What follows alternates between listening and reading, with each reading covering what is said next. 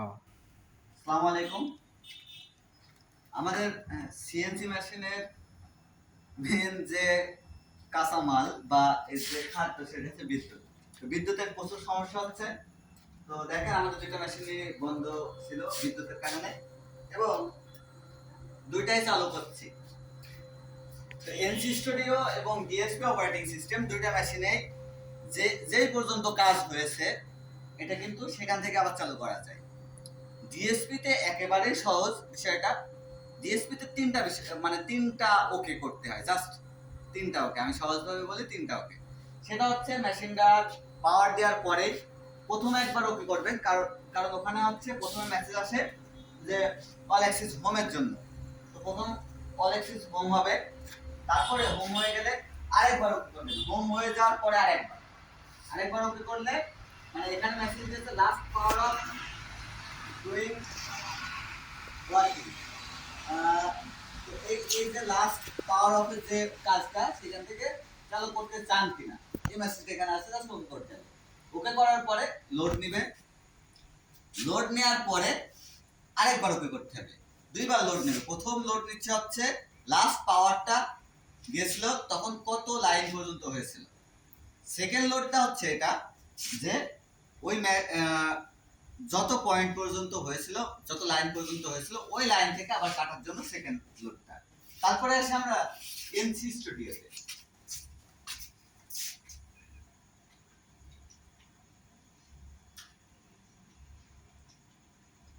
NC স্টুডিওতেও all Axis home করতে হবে।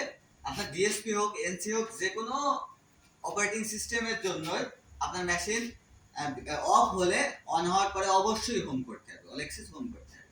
এবং হোম করার পরে এনসি স্টুডিওতে আমরা যারা কপি এনসি স্টুডিও ব্যবহার করি, বাংলাদেশে সব থেকে বেশি কপি এনসি স্টুডিওটাই চলে, মানে বেশিরভাগই 99%-এরও বেশি হয়তো কপি এনসি স্টুডিও চলে। অরিজিনাল এনসি স্টুডিও কার্ডগুলোর অনেক বেশি দাম। তো এখন এনসি স্টুডিওতে একটা সমস্যা হয়, সেটা হচ্ছে ফাইল হারিয়ে যাওয়া। ফাইল হারিয়ে যাওয়াটা মূলত এনসি স্টুডিওর সমস্যা না, এই সমস্যাটা হচ্ছে কম্পিউটারের জন্য। কম্পিউটারে কম্পিউটার রানিং থাকা অবস্থাতে, আমি যেহেতু কম্পিউটার ব্যবসার সাথে দীর্ঘ 10 বছর ছিলাম, তো কম্পিউটারের বিষয়ে আল্লাহর রহমতে আমি অভিজ্ঞ। তো কম্পিউটারে লাস্ট ফাইলটা বা যে কাজটা করছিলেন ওখান থেকে বেশিরভাগ সময় হারিয়ে যায়। এটা হচ্ছে কম্পিউটারের ফল্টের কারণে এনসি স্টুডিওতেও ফাইলটা হারিয়ে যায়। তো আমরা এটা হচ্ছে অল অ্যাক্সেস করছি।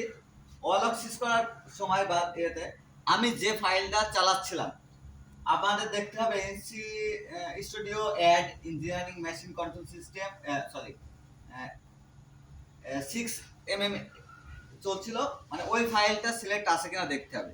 ওই ফাইলটা যদি সিলেক্ট না থাকে তাহলে আপনার হচ্ছে আর ওই লাইন থেকে আপনি চালাতে পারবেন না। সেটার জন্য একটা লং প্রসেস, সেটা অন্য একটা ভিডিওতে বলবো। আর যদি দেখেন যে না ওটা ঠিক আছে এবং কারেন্ট লাইন, এটা লাইন নাম্বারটা দেখতে পারবেন যে আমার এই কাজটা প্রায় শেষের দিকে, এটা 3D কাজ চলছে। এটা আসলে ওয়াটার কুলিং সিস্টেম, তো যার কারণে ডাস্ট গুলোর উপরে রয়েছে, এয়ার কুলিং হলে এটা আমার পরিষ্কার হয়ে যায়। তো এটা জাস্ট অল অ্যাক্সিস হোম হওয়ার পরে, অল অ্যাক্সিস হওয়ার পরে শিফট চেপে ধরে F9 চাপলে ওখান থেকে আবার কাটবে। কম্পিউটার অন করবেন, অল অ্যাক্সিস করবেন, অল অ্যাক্সিস করার পরে শিফট চেপে ধরে F9 চাপলেই ওখান থেকে আবার কাটবে। কিন্তু ওই সময় একটু লোড নেবে, মানে স্পেন্ডাল চালু হয়ে যাবে কিন্তু মেশিন জায়গায় দাঁড়িয়ে থাকবে। আপনাদের অনেকে মনে হতে পারে বা আমারও প্রথম প্রথম মনে হচ্ছিল, কারণ আমি এনসি স্টুডিওটা পুরাতন কিনেছি, এটার অপারেটিং জন্য আমি আসলে কারো হেল্প সেভাবে পাইনি বা আমাকে কেউ দেখিয়ে দিইনি। আমি জাস্ট ফোনে বিভিন্ন জনের কাছ থেকে হেল্প নিয়ে নিয়ে এটা প্র্যাকটিস করেছি। তো এনসি স্টুডিওতে ওই সময়টাতে লোড নেবে, মেশিন দাঁড়িয়ে থাকবে, স্পেন্ডাল ঘুরবে, কিন্তু কোডটা লোড হবে ব্যাক ইন্ডে, অর্থাৎ আপনি সামনে দেখতে পারবেন না যে কোডটা লোড হবে। ডিএসপিতে যেমন দেখা যাচ্ছে এত পার্সেন্ট হয়েছে, এত পার্সেন্ট হয়েছে, পার্সেন্টেজটা বাড়ছে, কিন্তু এনসিতে কিন্তু ওটা বাড়বে না। যার কারণে আপনার মনে হতে পারে যে মেশিন হ্যাং হয়ে গেছে বা কম্পিউটার হ্যাং হয়ে গেছে, কিন্তু একটু ওয়েট করতে হবে। সেটা হচ্ছে আপনার ফাইলটার সাইজ কত বড় তার উপর নির্ভর করে, সেই পরিমাণ ওয়েট করতে হবে। তো ডিএসপিটার দ্বিতীয় ওকের অপশনও কাজ হয়ে গেছে, এখন লাইন নম্বর শো করছে, জাস্ট আমি আরেকবার ওকে করব। একবার ওকে করলে আবার লোড হয়ে মেশিনটা একা চালু হয়ে যাবে। তখন খেয়াল রাখতে হবে অনেক সময় ডিএসপি হোক এনসি হোক মেশিনগুলোতে ডাস্টের কারণে বা স্পেন্ডালের থ্রেডের হাইটটা অনেক সময় ডাউনও হয়ে যায়, অনেক সময় আপও হয়ে যায়। ডাউনটাও হয়ে যেতে পারে, আপও হয়ে যেতে পারে, ওইটা একটু জাস্ট খেয়াল রাখতে হবে এনসিতে এবং ডিএসপিতে দুটাতে।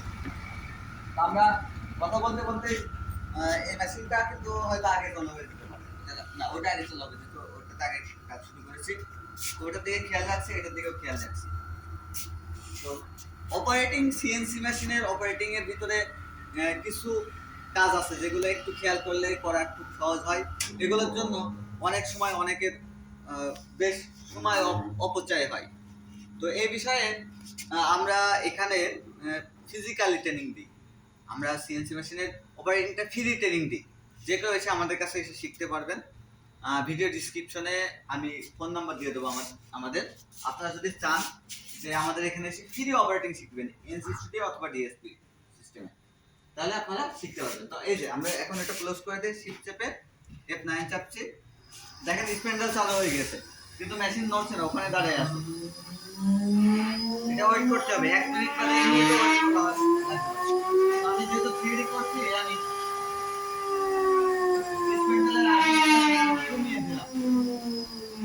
3D করার সময় আমরা এনসি এবং ডিএসপি দুটা মেশিনেরই স্পেন্ডালের আরপিএম কমিয়ে দিই, মানে এটা মুভ হচ্ছে, আমাদের মুভিং স্পিড ফুল থাকে, মানে কাজের স্পিড, কিন্তু স্পেন্ডালের আরপিএম কম থাকে।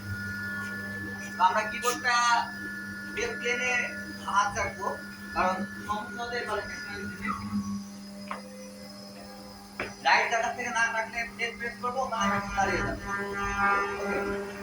ঠিকঠাক কাটছে, কাটো।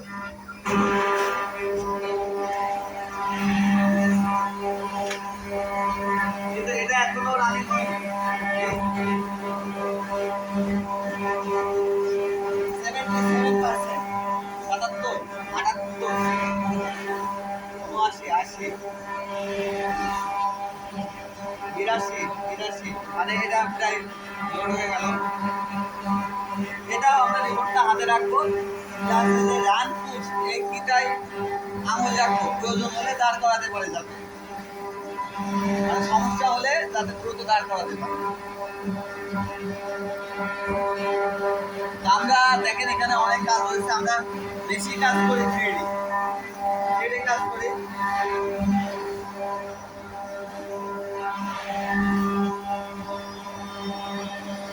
এটা রান হয়ে